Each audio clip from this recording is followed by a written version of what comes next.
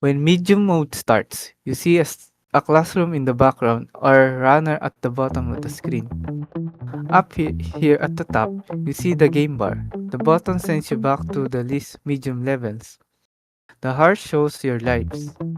The star shows your score.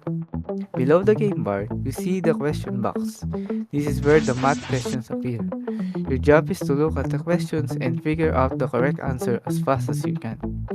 On the top left, there's a sound button. If you tap or click this, you can change the volume of the music and sounds. Next, look at this card on the left. This is the topic panel. The topic panel tells you what you're learning, like fractions. Difficulty says medium because this is the medium mode. Level shows which level you're on, like level 1, level 2, and so on. You can even drag this card around the screen if you want it in a different spot. Just click and drag or touch and move it so it doesn't block your view. Under the questions, you see three answer cards. This card starts the near, top, and then fall down slowly.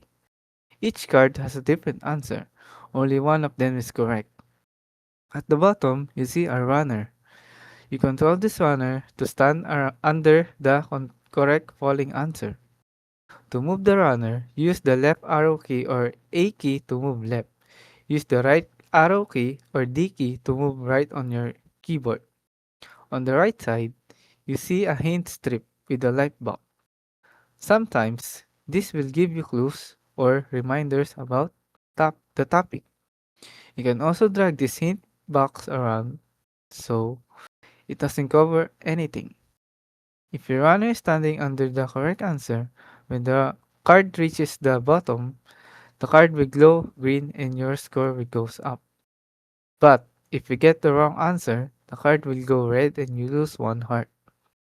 If you run out of lives or the level is over, you see the game over screen. Here, you see a message about how you did and your final score.